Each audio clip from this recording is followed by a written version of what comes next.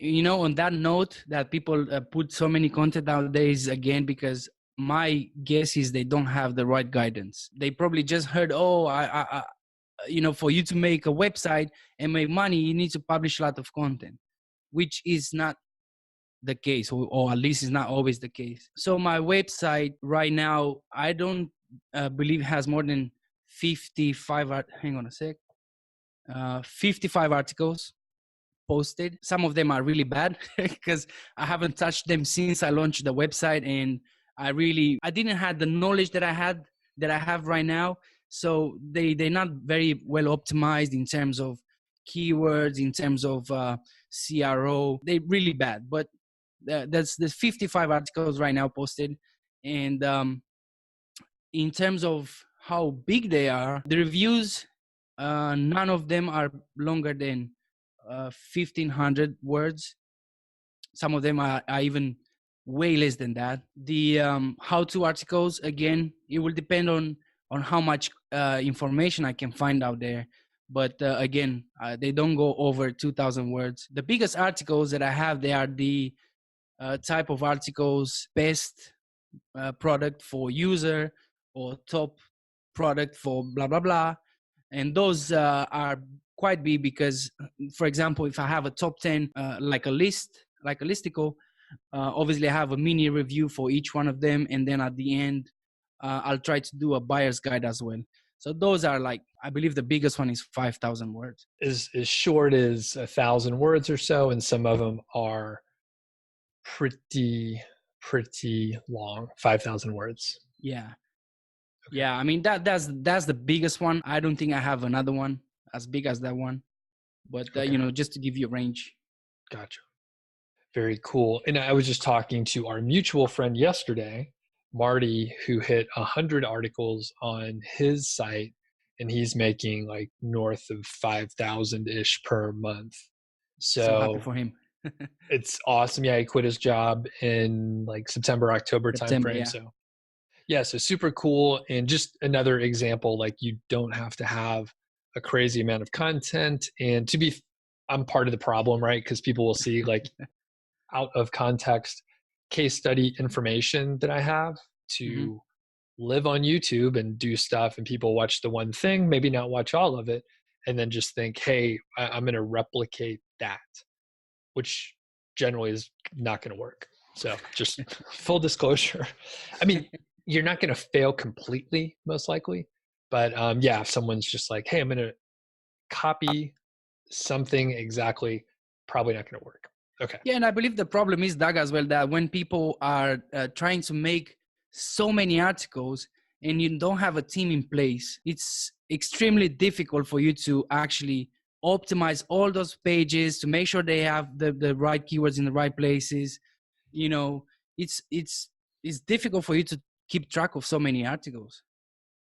Yes, that is 100% true. Now, anything else with the content? Any tips that you have? Did you write all the content, for example?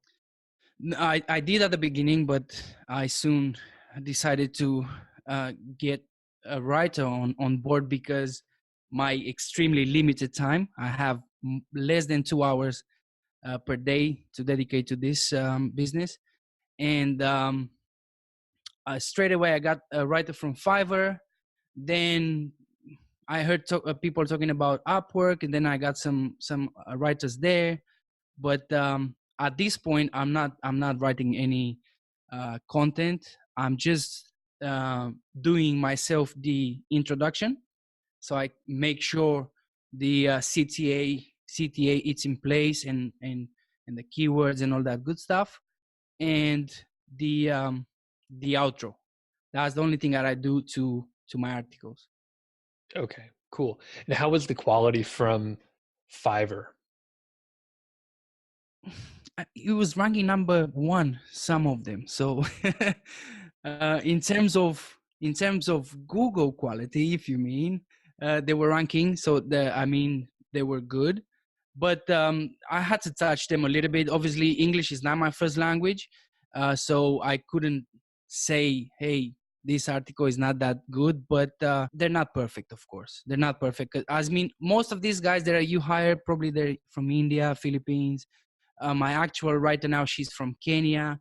So, you're going to have some issues with the way they structure the phrases and all that. But one thing I have in my plan to do for this year is to actually get someone to proofread my content before publish it, like someone native, maybe someone from US or from the UK at least. I would highly recommend that. And I think your mention, hey, the quality was good enough to rank number 1 in Google.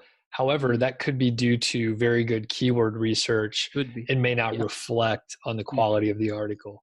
For sure. I mean, obviously, once I say this many times on the Facebook group, people, they keep talking about the quality of the content. Well, it needs to be like BBC quality.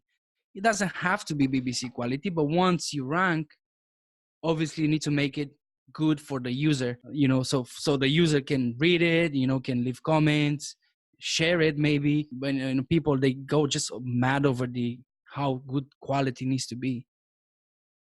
Yeah. And I think, I mean, good quality is probably the minimum, but I know, actually, I just purchased a site recently, and I thought the content, when I just perused it quickly, looked fine. I didn't really see anything, but once I started editing each article using Grammarly, I saw there were probably 20 mistakes per 1,000 words, whether it was punctuation, a misspelled word, like a typo, some transposed. And I think that does matter, especially it was like across the whole site. So I'm not sure, I'll have to check the analytics and some other data, but I changed everything within a week. Took forever. But I think it does matter to like keep it clean, but I think, it doesn't have to be written in a super like you said, like ultra high quality. I think as long as it can communicate and there's not like clearly misspelled words that Grammarly could find, then you're probably okay. Well, actually, this is funny because actually I was talking to Marty the other day about the comment I received on my website on one of the posts. It's a how-to post. So obviously people are looking for information on how to do a task. And the guy said, Adrian, after if I close my eyes and go over the misspells and mispunctuation and all that, your article is great. Thank you very much for your help. But the guy did let me know he wasn't great in terms of grammar and all that. So do you use Grammarly, at least the free version? I do use it. Yes. So how, did you go back and check that article? Like, what's the deal? I do check the article, but the problem is Grammarly. Sometimes, when it marks the text with the color or whatever, and obviously that means you need to change something there, is not always the best change. I mean, I'm not sure if it makes sense, but I don't know how Grammarly works. But if you change a word in a phrase that Grammarly thinks is wrong, then the whole phrase goes, is going to be even worse sometimes. Yes, that it's wrong sometimes. Yes. Yeah. That's what you mean, right? Yeah. Okay. It's wrong. Okay. It's worse. It's going to make it worse than it was. You do. Yeah. You know what? You're 100% right. Because sometimes I do see a mistake marked. And then when I look at it, I read it and I'm like, nope, that's what I mean. Exactly. Yeah.